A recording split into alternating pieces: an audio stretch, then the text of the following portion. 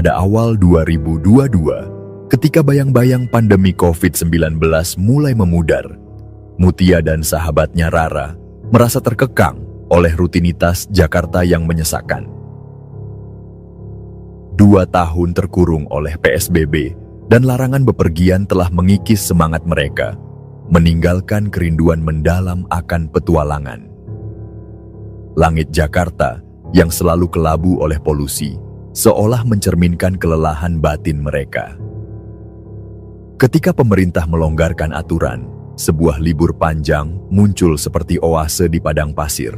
Yogyakarta dengan pesona budayanya yang hangat, jalan-jalan bersejarah, dan kenangan masa kuliah yang masih membekas menjadi tujuan yang tak bisa mereka tolak. Mereka merencanakan perjalanan selama 4 hari 3 malam, berharap bisa menghidupkan kembali jiwa mereka yang layu. Mutia bertugas mencari penginapan, sebuah tanggung jawab yang ia emban dengan semangat. Malam demi malam, ia duduk di depan laptop di kamar sempitnya, menelusuri situs pemesanan hotel. Cahaya layar menerangi wajahnya, mencerminkan antusiasme sekaligus kelelahan. Yogyakarta menawarkan banyak pilihan, dari losmen sederhana hingga hotel mewah. Tetapi anggaran mereka terbatas, hanya cukup untuk sesuatu yang sederhana. Setelah berjam-jam mencari, ia menemukan sebuah homestay yang tampak terlalu sempurna. Tarifnya hanya Rp70.000 per malam, dengan ulasan bintang 4,5 yang memuji kebersihan, fasilitas modern, dan lokasi strategis. Hanya 15 menit dari Malioboro dan alun-alun kota. Foto-foto di situs itu menampilkan kamar-kamar minimalis dengan dinding putih bersih, ranjang kayu yang rapi, dan sebuah kolam kecil di halaman yang dikelilingi batu alam berkilau seperti permata di bawah sinar matahari. "Coba lihat penginapan ini," seru Mutia melalui telepon, suaranya penuh semangat.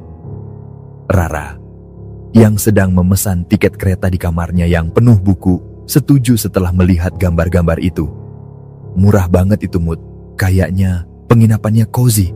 Sudah langsung pesen aja," katanya. Nada suaranya mencerminkan kegembiraan yang serupa.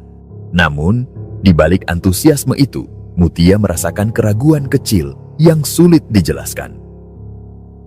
Harga semurah itu untuk homestay di pusat Yogyakarta terasa tidak wajar, seperti menemukan permata di tumpukan sampah.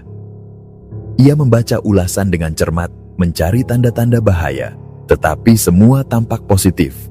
Tamu memuji keramahan staf, kebersihan kamar, bahkan pemandangan gang yang autentik. Keraguan itu ia tepis, meyakinkan diri bahwa rating tinggi dan ratusan ulasan tidak mungkin bohong.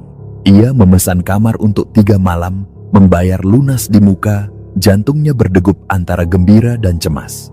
Rara, di sisi lain, menemukan kereta Bogowonto yang berangkat pukul 9 malam dari Jakarta dan tiba di stasiun Lempuyangan Yogyakarta sekitar pukul 6:30 pagi. Untuk mobilitas, mereka sepakat menyewa motor.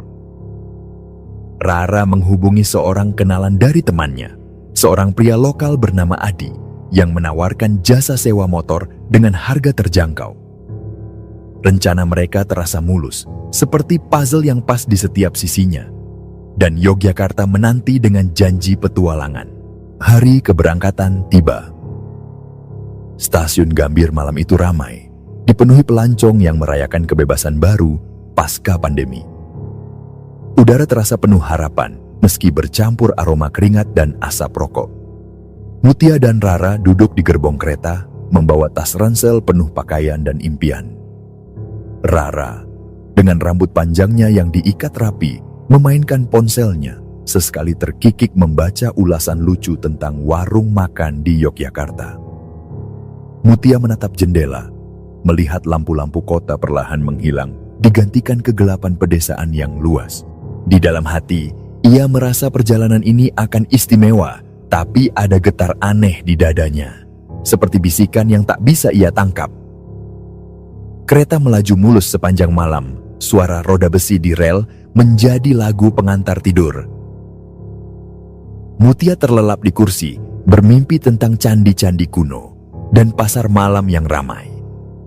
Pagi menyambut mereka dengan kabut tipis. Di stasiun Lempuyangan, udara Yogyakarta terasa sejuk, membawa aroma tanah basah, bunga Kamboja, dan sesuatu yang lebih samar, mungkin kenangan kota tua ini. Adi sudah menunggu di pintu keluar, seorang pria berusia 30-an dengan senyum ramah dan jaket kulit lusuh yang sedikit mengelupas. 2 motor matic berdiri di sampingnya, kunci berkilau di tangannya seperti janji kebebasan. "Selamat datang di Jogja," sapanya sambil menyerahkan helm. Mutia tersenyum, tapi ada sesuatu di mata Adi, seperti pertanyaan yang tak diucapkan.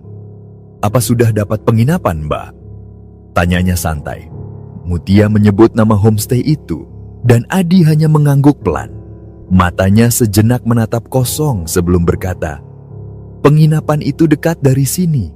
Saya tunjukkan jalannya, Mbak." Mereka melaju mengikuti petunjuk Adi, melewati jalan-jalan kecil yang dipenuhi warung makan dengan asap sate mengepul dan toko souvenir penuh batik. Pagi itu cerah, matahari menyelinap di antara daun-daun pohon asam, tetapi langit Yogyakarta terasa berbeda. Ada ketenangan yang aneh, seolah kota ini menyimpan rahasia di balik senyumnya. Homestay mereka terletak di sebuah gang sempit, dikelilingi tembok bercat biru dan abu-abu yang sedikit mengelupas, seperti kulit tua yang menyimpan cerita. Bangunannya 3 lantai, dengan fasad modern yang kontras dengan gang-gang tradisional di sekitarnya. Di halaman depan, kolam kecil berkilau di bawah sinar matahari, dikelilingi batu-batu alam yang tersusun rapi, persis seperti di foto. Namun, ketika motor mereka berhenti, Rara memandang bangunan itu dengan alis berkerut, tangannya mencengkeram stang motor lebih erat. "Apa benar ini tempatnya, Mut?" tanyanya pelan, suaranya menyiratkan ketidaknyamanan yang tak bisa ia sembunyikan. Mutia mengangguk, mencoba mengabaikan hawa dingin yang tiba-tiba menyelinap di punggungnya, seperti jari-jari tak terlihat yang menyentuh kulitnya. Mutia dan Rara melangkah masuk ke lobi homestay, yang ternyata lebih kecil dari yang mereka bayangkan. Dindingnya dicat putih bersih, tetapi ada retakan halus di sudut-sudut seperti jaring laba-laba yang tersembunyi. Beberapa pot tanaman hias berdiri di sudut, daunnya sedikit layu seolah jarang disentuh air. Seorang resepsionis wanita muda menyambut mereka dengan senyum sopan. Matanya tersembunyi di balik kacamata tebal. Ia meminta kartu identitas dan mengonfirmasi pemesanan dengan gerakan mekanis. "Kamar di lantai 2 ya, Mbak?" katanya sambil menyerahkan kunci berkepala plastik yang terasa dingin di tangan Mutia. Lobi itu sepi, tanpa tamu lain yang terlihat. Hanya suara jam dinding tua yang berdetak pelan, seperti napas yang tertahan. Mutia menganggapnya wajar, mungkin masih pagi atau pandemi masih menahan orang dari bepergian. Rara berjalan di belakang Mutia. Tas ransel di pundaknya terlihat lebih berat dari biasanya, seolah membawa beban yang tak terucapkan. Mereka menaiki tangga kayu yang berderit di setiap langkah. Suaranya bergema di lorong sempit bercat krem. Lampu neon di langit-langit memancarkan cahaya pucat, membuat bayangan mereka bergoyang di lantai ubin yang mengkilap, seperti siluet yang hidup sendiri. Lorong itu terasa lebih dingin dari lobi, udaranya lembab dan membawa aroma samar, campuran kapur barus, debu, dan sesuatu yang sulit didefinisikan, seperti asap yang telah lama menetap di dinding-dinding tua. Mutia mencoba mengabaikannya, fokus pada nomor kamar dikunci. 204. Namun, setiap langkah mereka terasa diawasi, meski lorong itu kosong, hanya dihiasi beberapa lukisan buram yang menggambarkan pemandangan Yogyakarta zaman dulu. Pintu kamar 204 terbuat dari kayu tua, cat putihnya mengelupas di sudut-sudut, memperlihatkan serat kayu yang gelap. Mutia memasukkan kunci, mendengar bunyi klik yang keras, seolah membuka sesuatu yang seharusnya tetap tertutup. Begitu pintu terbuka, sebuah hembusan udara dingin menyapu wajah mereka, membawa aroma aneh, sangit, seperti rambut yang terbakar, bercampur dengan bau logam yang samar, seperti kawat yang meleleh. Mutia mengerutkan kening, mencium udara dengan hati-hati, tetapi aroma itu lenyap secepat kilat, meninggalkan rasa tidak nyaman di dadanya. "Kamu cium bau tadi, Ra?" tanyanya, berbalik ke Rara. Namun, Rara menggeleng, tapi matanya memindai kamar dengan cemas, seperti binatang yang mencium bahaya. "Aku nggak cium bau apa-apa, Mut. Tapi, tempat ini kayak nggak ramah." Gumamnya pelan, suaranya nyaris berbisik. Kamar itu kecil, tapi rapi, persis seperti di foto situs pemesanan. 2 ranjang kayu berdiri sejajar, ditutupi spray putih yang bersih, namun terasa dingin saat disentuh. Di sudut, sebuah meja kecil menyangga telepon kuno, dengan gagang retak, tombol-tombolnya kuning karena usia. Jendela besar menghadap gang sempit di luar, tertutup gorden tipis berwarna krem yang bergoyang pelan, meski tidak ada angin. Kamar mandi di sisi kiri terlihat modern, dengan ubin putih yang mengilap dan wastafel yang bersih. Tetapi cermin di atasnya memiliki bercak buram di sudut, seperti noda yang tidak bisa dihapus. Namun ada sesuatu yang salah dengan ruangan ini. Keheningannya terasa berat, seolah udara menahan napas, dan dinding-dindingnya menyimpan rahasia yang tak ingin diungkap. Rara meletakkan tasnya di ranjang, gerakannya kaku, seperti ia sedang menahan diri untuk tidak lari. "Aku nggak nyaman sama tempat ini, Mut," katanya. Matanya menatap telepon kuno itu seolah itu bisa berdering kapan saja. Mutia berusaha tetap optimis, mengingatkan diri bahwa ia telah membayar untuk 3 malam, dan kamar ini meski sederhana tampak layak untuk harganya. "Sebaiknya kita bereskan barang dulu, terus kita jalan-jalan," usulnya, membuka tasnya dengan tangan yang sedikit gemetar. Rara mengangguk, tapi wajahnya masih muram, seperti seseorang yang mendengar suara di kejauhan. Dengan rapi, Rara menyusun pakaian di lemari kayu di sudut kamar, baju untuk hari pertama, kedua, dan ketiga, termasuk sebuah kemeja merah berbahan satin yang ia sukai karena kilau warnanya yang elegan. "Baju ini buat malam, kayaknya cocok buat kulineran di Malioboro," katanya, mencoba tersenyum, tapi suaranya datar, seperti dipaksa. Mutia hanya mengangguk, tidak ingin memperpanjang ketegangan. Meski ia merasakan hawa aneh setiap kali melirik lemari itu, seolah pintunya bisa terbuka sendiri. Setelah mandi dan berganti pakaian, mereka berangkat menjelajahi Yogyakarta. Motor mereka melaju ke Malioboro, yang ramai dengan pedagang kaki lima, aroma sate yang menggoda, dan turis yang berfoto di trotoar. Mereka menikmati gudeg di warung legendaris, berfoto di alun-alun kota dengan becak hias sebagai latar, dan tertawa melihat lampu-lampu warna-warni yang berkelap-kelip di malam yang baru turun. Namun, setiap kali mereka berhenti, Rara tampak gelisah, sesekali melirik ke belakang, seolah merasa ada bayangan yang mengintai. "Kamu kenapa, Ra?" tanya Mutia. Kesal, tapi khawatir, jantungnya mulai berdegup tidak nyaman. "Nggak apa-apa, Mut. Aku cuman capek mungkin," jawab Rara. Tapi matanya tidak meyakinkan, seperti menyimpan rahasia yang tak bisa ia ungkap. Sore menjelang, mereka kembali ke homestay untuk beristirahat sebelum makan malam. Begitu memasuki kamar, Mutia kembali mencium aroma sangit itu. Lebih kuat kali ini, seperti rambut yang gosong bercampur bau kabel terbakar, menyengat hidungnya hingga ia memegang dada. Ia berjalan ke sudut kamar, mendekati telepon kuno di meja. Tempat bau itu terasa paling pekat, seperti asap yang baru saja membubung. "Kamu beneran gak cium bau apa-apa?" tanyanya. Nada suaranya mulai tegang, jari-jarinya mencengkeram meja. Rara yang sedang membuka lemari menggeleng, tapi tiba-tiba berhenti, napasnya tersengal. Di lantai, tepat di depan lemari yang tadi dikunci rapat, kemeja merahnya tergeletak, kusut seperti telah dipakai, kainnya sedikit basah, seolah disentuh air kotor. Mutia menatap baju itu, jantungnya berdegup kencang, seperti drum yang dipukul di kegelapan. "Mungkin tikus kali," ucapnya, tapi nada suaranya tidak meyakinkan. bahkan untuk dirinya sendiri. Di sudut matanya, ia melihat Gordon bergoyang pelan meski jendela tertutup rapat. Malam itu, suasana di kamar 204 terasa semakin kelam, seolah dinding-dindingnya menutup rapat, menjebak Mutia dan Rara dalam cengkeraman yang tak terlihat. Kemeja merah yang jatuh dari lemari menjadi titik awal ketegangan, seperti batu yang memicu longsor. Mutia berusaha menenangkan diri, meyakinkan bahwa itu hanyalah kejadian sepele.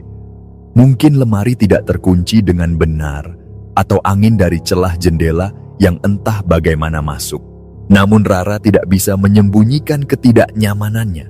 Matanya terus melirik ke lemari, seolah pintunya akan terbuka lagi.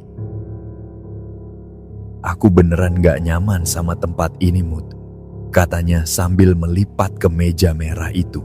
Dengan hati-hati, jari-jarinya gemetar seperti menyentuh sesuatu yang terlarang. "Tapi kita udah bayar, sayang kalau dibatalkan," balas Mutia, berusaha tegas, tapi ada keraguan yang merayap di hatinya, seperti bayangan yang bergerak di sudut matanya.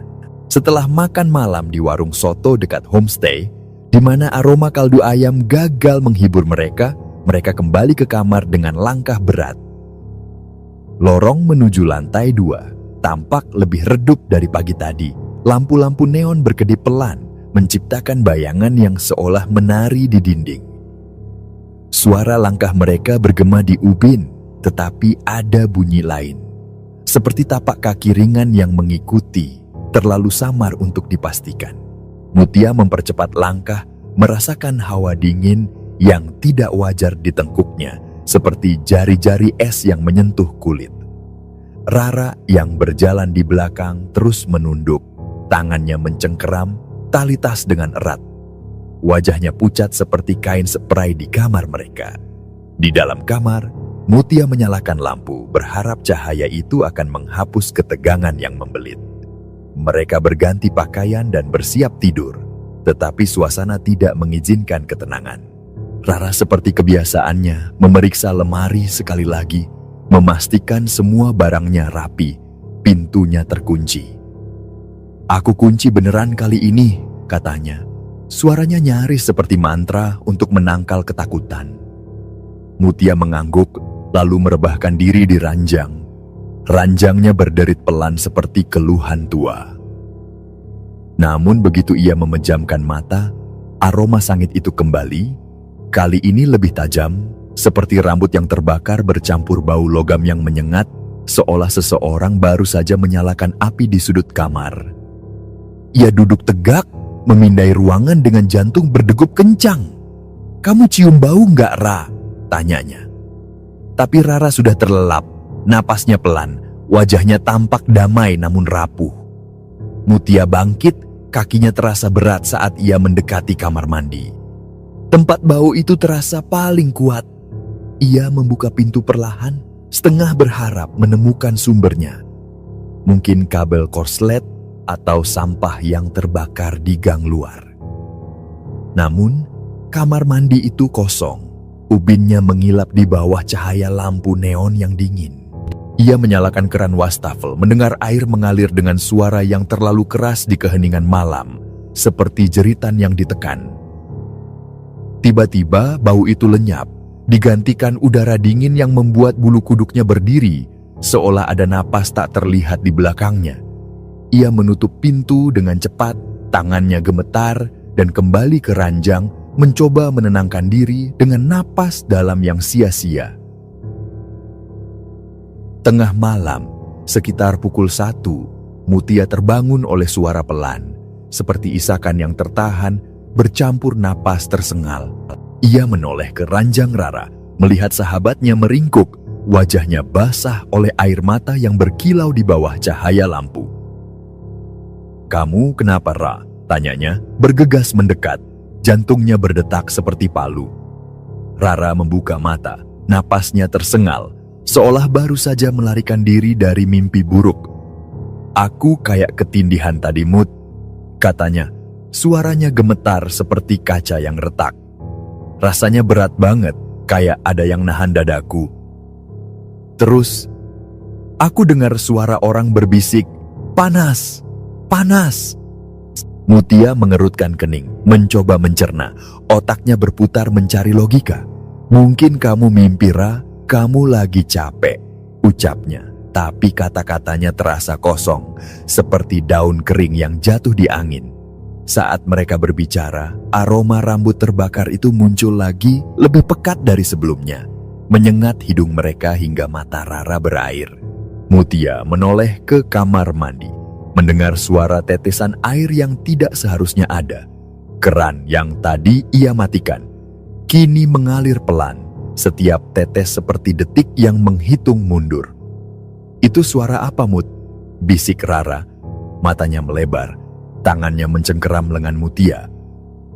Sebelum Mutia bisa menjawab, sebuah suara gemeretak terdengar dari wastafel, seperti logam yang bergesekan dengan keras. Mereka saling pandang, jantungan mereka berdetak kencang. Mutia memberanikan diri, berjalan ke kamar mandi dengan langkah ragu, tangannya dingin berkeringat. Ia menyalakan lampu, melihat keran wastafel terbuka sedikit, air menetes membentuk genangan kecil yang berkilau aneh, seperti cermin yang memantulkan sesuatu yang bukan milik dunia ini. Ia mematikannya, tangannya gemetar seperti daun dan berbalik ke Rara. "Nggak ada apa-apa, Ra. Mungkin pipanya rusak," katanya, tapi suaranya tidak meyakinkan, tercekat di tenggorokan. Kembali ke ranjang, Rara memeluk bantal, wajahnya pucat seperti kain yang dicuci terlalu sering. "Aku serius, Mut. Tempat ini nggak beres. Aku ngerasa kayak ada yang ngeliatin kita dari tadi," katanya. Matanya melirik ke sudut kamar, tempat telepon kuno itu berdiri. Mutia ingin menyangkal, tapi ingatan akan kemeja merah yang jatuh, bau sangit yang muncul dan lenyap, dan suara tetesan air itu membuatnya ragu. "Besok kita cek lagi, oke? Sekarang sebaiknya kita tidur dulu," katanya. Mencoba tegas, tapi suaranya pecah di ujung. Malam itu tidur tidak datang mudah.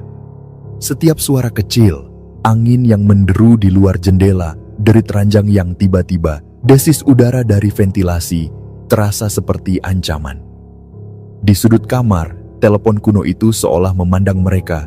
Gagangnya yang retak tampak hidup dalam bayangan, seperti mulut yang siap berbisik. Pagi kedua di Yogyakarta dimulai dengan sinar matahari yang menyelinap melalui celah gorden. Tetapi suasana di kamar 204 tetap kelam, seperti awan yang menolak bergerak. Mutia bangun dengan kepala berat, ingatan malam sebelumnya.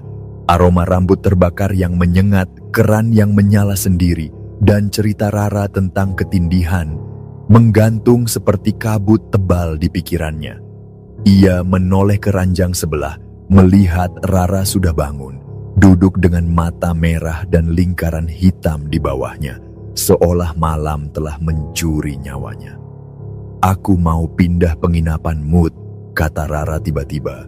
Suaranya tegas tapi rapuh, seperti kaca yang hampir pecah.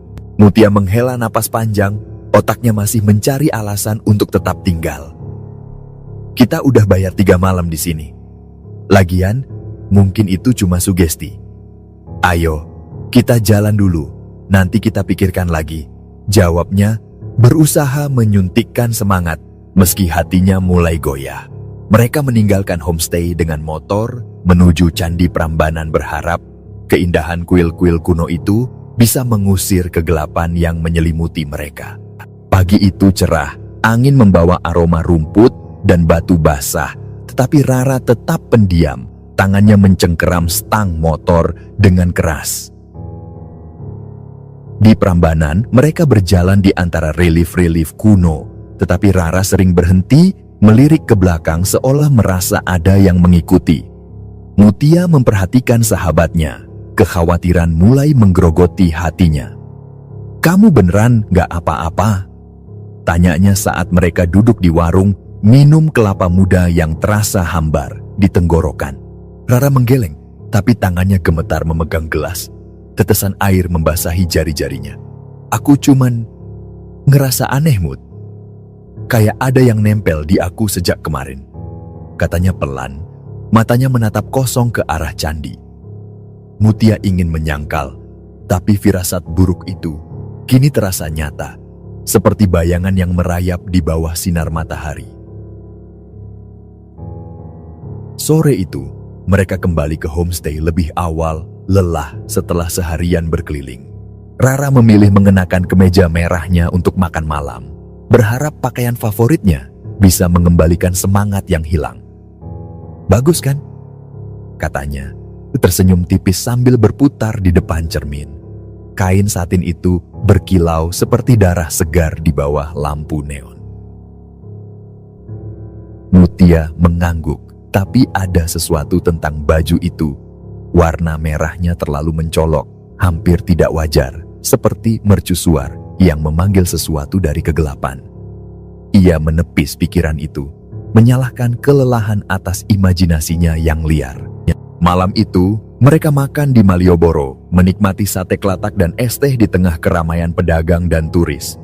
Untuk sesaat, tawa mereka kembali, seolah keanehan di homestay bisa dilupakan di bawah lampu-lampu jalanan.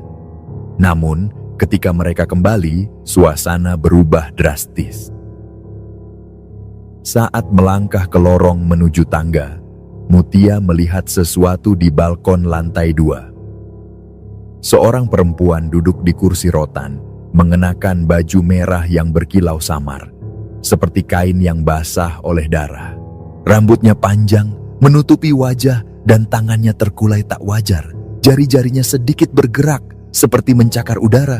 Mutia membeku, jantungnya berdetak kencang, napasnya tersendat. "Apa kamu lihat itu, Ra?" bisiknya, tapi Rara sudah menaiki tangga, tidak mendengar. Langkahnya cepat seperti ingin kabur. Ketika Mutia menoleh lagi, sosok itu lenyap, meninggalkan kursi kosong yang bergoyang pelan, seolah baru saja ditinggalkan.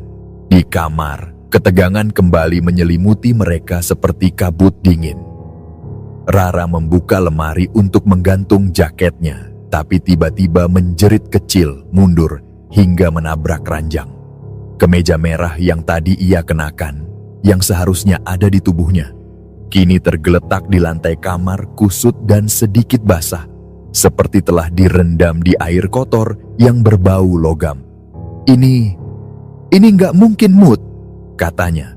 Suaranya pecah, tangannya menutup mulut. Mutia menatap baju itu, mulutnya kering, otaknya berputar mencari penjelasan. "Kamu tadi ganti baju kan?" tanyanya. Meski tahu pertanyaan itu tidak masuk akal. Rara menggeleng, wajahnya pucat seperti kertas, matanya penuh ketakutan. "Aku pakai baju ini sejak tadi." Malam semakin larut, dan kejadian itu memicu pertengkaran kecil. Rara bersikeras untuk pindah, suaranya meninggi dengan setiap kata. "Aku nggak tahan, Mut. Tempat ini bikin aku takut." Mutia masih berpegang pada logika. Uang yang sudah dibayar, kamar yang bersih, rating tinggi di internet, tetapi hatinya mulai goyah. Ketika mereka bersiap tidur, aroma rambut terbakar kembali. Kali ini begitu kuat hingga mereka tersedak. Mata mereka berair seperti menghirup asap. "Tapi ini sudah nggak wajar," seru Rara. Matanya berkaca-kaca, tangannya mencengkeram lengan Mutia. Sebelum Mutia bisa menjawab, sebuah suara gemuruh terdengar dari kamar mandi. Keran wastafel menyala dengan sendirinya. Air mengalir deras hingga membanjiri ubin, menciptakan genangan yang bergerak aneh, membentuk bayangan samar seperti wajah yang terdistorsi. Mulutnya terbuka dalam jeritan bisu. Rara menjerit, tubuhnya gemetar hebat, dan Mutia untuk pertama kalinya merasa ketakutan yang nyata, seperti pisau yang menusuk dadanya. Ketegangan di kamar 204 mencapai puncaknya, seperti tali yang akhirnya putus setelah ditarik terlalu kencang. Rara, dengan wajah pucat dan napas tersengal, memohon pada Mutia, air mata mengalir di pipinya. "Kita harus pergi sekarang. Ini bukan cuma perasaan lagi," katanya. Suaranya pecah seperti kaca yang hancur di lantai. Mutia, meski masih mencoba berpikir jernih, tidak bisa mengabaikan apa yang baru saja mereka lihat. Keran yang menyala sendiri, genangan air yang seolah hidup, dan kemeja merah yang muncul entah dari mana, seperti dipanggil dari dunia lain. Jantungnya berdetak kencang, tangannya dingin berkeringat, dan untuk pertama kalinya, ia setuju tanpa ragu. "Baiklah, kita cari tempat lain," katanya. Suaranya gemetar, seperti daun yang bergoyang di angin kencang. Di tengah kepanikan, Mutia teringat Adi, pria yang menyewakan motor. Ia pernah menawarkan bantuan jika mereka butuh apa-apa, dan nomornya masih tersimpan di ponselnya. Dengan jari gemetar, ia menelpon Adi meski jam sudah menunjukkan pukul 2 dini hari. Deritan dering terasa seperti selamanya. Setiap nada menambah ketegangan di dadanya. Untungnya, Adi mengangkat setelah beberapa detik. Suaranya mengantuk tapi waspada. "Halo Mbak Mutia, ada apa jam segini nelpon?" tanyanya, nada suaranya penuh keheranan. Mutia menjelaskan sekilas, berusaha agar tidak terdengar gila meski suaranya bergetar. "Mas, kami nggak nyaman di homestay ini. Bisa bantu cari penginapan lain? Sekarang juga ya Mas?" Adi terdiam sejenak, seolah mencerna lalu berkata, "Baik Mbak, saya tahu tempatnya, punya saudara saya. Saya jemput sekarang." Sambil menunggu Adi, Mutia dan Rara buru-buru mengemas barang. Tangan mereka bergerak cepat, tetapi ceroboh. Pakaian dan barang pribadi dimasukkan ke tas tanpa urutan.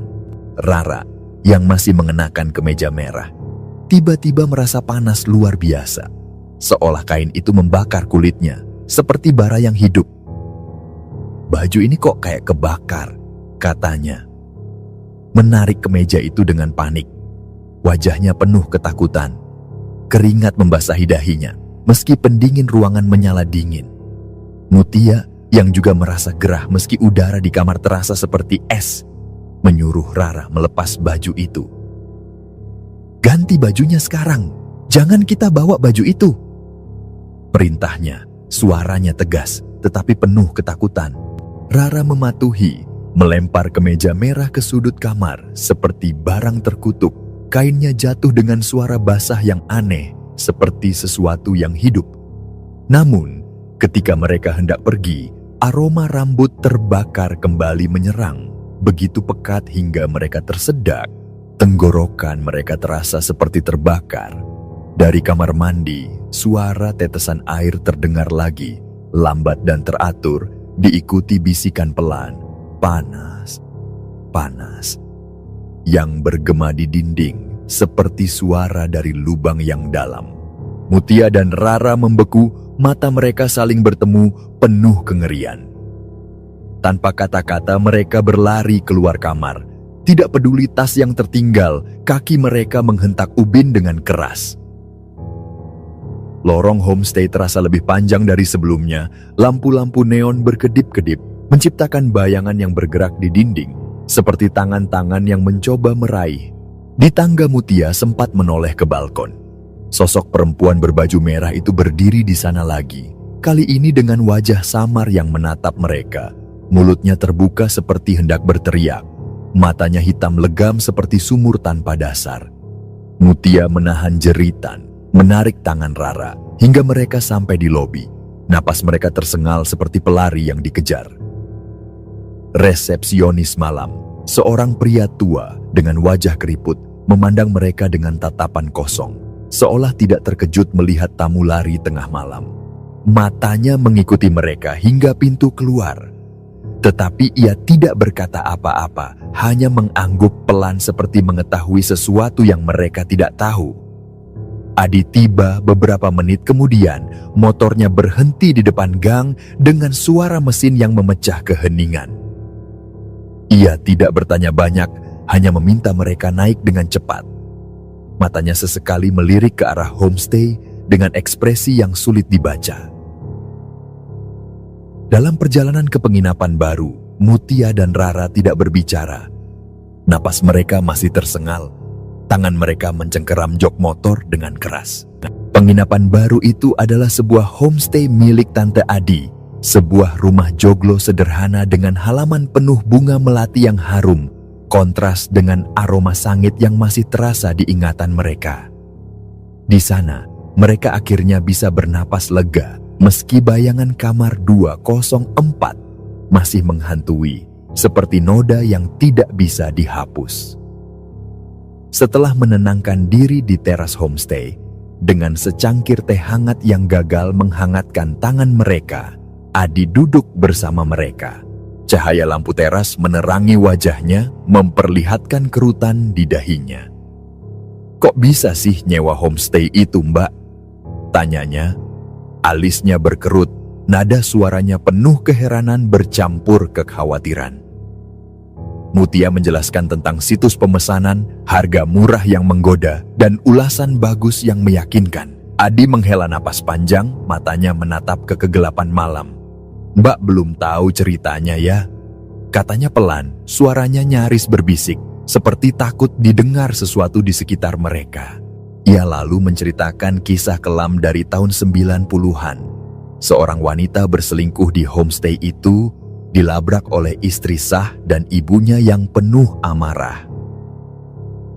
Dalam kemarahan yang membutakan, ibunya menyiram wanita itu dengan minyak tanah dan membakarnya hidup-hidup saat ia mengenakan baju merah yang berkilau seperti api. Orang-orang bilang arwahnya nggak tenang. Sering muncul, terutama kalau ada tamu bawa baju merah. Tambah Adi, suaranya semakin pelan. Matanya melirik ke arah gang, seolah memastikan tidak ada yang mendengar. Mutia dan Rara saling pandang. Wajah mereka memucat, seperti kain yang kehilangan warna. Semua kejadian, bau rambut terbakar yang menyengat, kemeja merah yang jatuh tanpa sebab, suara panas yang bergema, tiba-tiba masuk akal, seperti kepingan puzzle yang akhirnya bersatu. "Makanya aku ngerasa gak nyaman dari awal, Mut," kata Rara. Suaranya gemetar, tangannya mencengkeram cangkir teh hingga jari-jarinya memutih. Mutia hanya mengangguk, terlalu kaget untuk berbicara. Pikirannya dipenuhi bayangan perempuan berbaju merah yang mereka tinggalkan di balkon. Di homestay baru, Mutia dan Rara menghabiskan sisa malam dengan gelisah. Tubuh mereka lelah tetapi pikiran mereka terjaga. Rumah joglo itu hangat dengan aroma kayu jati dan bunga melati yang menenangkan, tetapi bayangan kejadian di homestay sebelumnya tidak mudah hilang, seperti noda tinta yang meresap ke kertas. Mereka duduk di kamar tamu, ranjang kayu di bawah. Mereka berderit pelan setiap kali mereka bergerak, dan lampu temaram di sudut menciptakan bayangan yang seolah mengintip dari dinding. Pagi harinya, mereka bangun dengan mata sembab. Wajah mereka mencerminkan malam yang penuh ketakutan, tetapi lega karena tidak ada aroma aneh, suara tetesan air, atau bisikan yang mengganggu. Namun, malam itu meninggalkan bekas yang lebih dalam dari sekadar kengerian sesaat, seperti luka yang tidak berdarah, tetapi terasa nyeri. Saat sarapan di teras, dengan nasi gudeg dan teh manis yang disajikan Tante Adi, Rara menceritakan sesuatu yang membuat Mutia merinding hingga tulang. "Tadi malam aku mimpi, Mut," katanya pelan. Suaranya seperti bisikan yang takut didengar orang lain. "Ada perempuan cantik, pakai baju merah yang berkilau, berdiri di depanku. Wajahnya pucat, matanya hitam pekat, dan dia minta tolong. Katanya, 'Panas, tolong bawa aku pergi.' Aku bangun ketakutan, Mut. Rasanya mimpi itu kayak nyata." Mutia menatap Rara. Jantungnya kembali berdegup kencang, seperti palu yang menghantam dadanya. Ia teringat kemeja merah yang ditinggalkan di kamar 204, dan sebuah pikiran mengerikan muncul. Bagaimana jika sesuatu itu masih melekat pada mereka, seperti bayangan yang menempel di tumit? Ia mencoba tersenyum, menenangkan Rara, tapi bibirnya kaku dan kata-kata yang keluar terasa hampa. Sebelum check out dari homestay, Mutia memutuskan untuk tidak membawa risiko apapun. Ia meminta Adi mengantarnya kembali ke homestay, hanya untuk mengambil tas mereka yang tertinggal dalam kepanikan. Perjalanan singkat itu terasa seperti melintasi perbatasan dunia lain. Gang-gang sempit Yogyakarta yang biasanya ramai kini terasa sepi, seperti menahan napas. Di kamar 204, ia menemukan kemeja merah. Rara masih tergeletak di sudut, tapi kali ini terasa berbeda. Kainnya kaku, seperti telah direndam sesuatu yang tidak wajar, dan ada bercak hitam samar di permukaannya, seperti jelaga yang hidup. Mutia menahan napas, mengambil baju itu dengan ujung jari, seolah menyentuh racun. Tanpa berpikir panjang, ia membuangnya ke tempat sampah di gang, jauh dari homestay, berharap itu akan mengakhiri semuanya. Ia tidak memberitahu Rara, takut sahabatnya akan panik, tetapi dalam hati ia merasa lega, seperti melepaskan rantai yang tak terlihat. Perjalanan pulang ke Jakarta dengan kereta Bogowonto berlangsung dalam diam yang berat. Mutia dan Rara duduk berdampingan, masing-masing tenggelam dalam pikiran. Jendela kereta memantulkan wajah mereka yang lelah. Malioboro, Prambanan, dan kenangan manis Yogyakarta kini tercoreng oleh pengalaman yang mereka alami, seperti lukisan indah yang dicoret tinta hitam. Di dalam kereta, Mutia sesekali melirik Rara, memperhatikan sahabatnya yang tampak lebih pendiam dari biasanya. Tangannya memainkan ujung baju seperti mencari pegangan. "Kamu yakin sudah nggak apa-apa?" tanyanya lembut, suaranya penuh kekhawatiran. Rara tersenyum tipis, tapi matanya kosong. "Aku cuma kapok, Mut. Lain kali dengerin aku kalau aku bilang tempatnya nggak enak," katanya. Nada suaranya getir, seperti seseorang yang kehilangan sesuatu yang tak bisa dijelaskan. Kembali di Jakarta, kehidupan mereka berjalan seperti biasa. Kerja, nongkrong di kafe, dan obrolan ringan tentang hal-hal sepele. Tetapi sesuatu telah berubah, seperti retakan kecil di cermin yang tidak bisa diperbaiki. Mutia mulai lebih memperhatikan firasat, sesuatu yang dulu ia anggap omong kosong, dan kini ia selalu memeriksa ulasan hotel dengan cermat, mencari tanda-tanda yang tersembunyi di antara kata-kata manis. Rara di sisi lain menjadi lebih sensitif terhadap tempat baru, seringkali menolak masuk ke ruangan yang terasa salah. Matanya selalu waspada seperti binatang yang mencium bahaya. Kemeja merah itu tidak pernah dibahas lagi, tapi Mutia yakin Rara tahu ia membuangnya, dan mungkin bersyukur karenanya, meski mereka tidak pernah mengungkapkannya. Beberapa bulan kemudian, rasa ingin tahu Mutia mendorongnya untuk mencari informasi tentang homestay itu di internet. Ia membuka situs pemesanan yang dulu ia gunakan, tetapi anehnya, homestay itu tidak lagi terdaftar, seolah lenyap dari dunia maya. Ia mencoba mencari di forum-forum lokal, tetapi hanya menemukan rumor samar tentang tempat di Gang Biru yang dihindari warga. Penasaran, ia menghubungi Adi melalui pesan, berharap mendapat kejelasan. Adi membalas singkat, "Banyak cerita di Jogja, Mbak. Lebih baik nggak usah cari tahu terlalu dalam." Kata-kata itu membuat Mutia berhenti mencari, tapi tidak menghapus bayangan kamar 204 dari pikirannya, seperti foto lama yang terus muncul di benak. Pengalaman itu meninggalkan pelajaran berharga bagi Mutia dan Rara. Sebuah luka yang mengajarkan mereka untuk mendengarkan insting, meski logika berteriak sebaliknya. Mereka belajar bahwa harga murah dan ulasan bagus tidak selalu menjamin kenyamanan, dan bahwa beberapa tempat, terutama di kota tua seperti Yogyakarta, menyimpan rahasia yang tidak dimaksudkan untuk diungkap.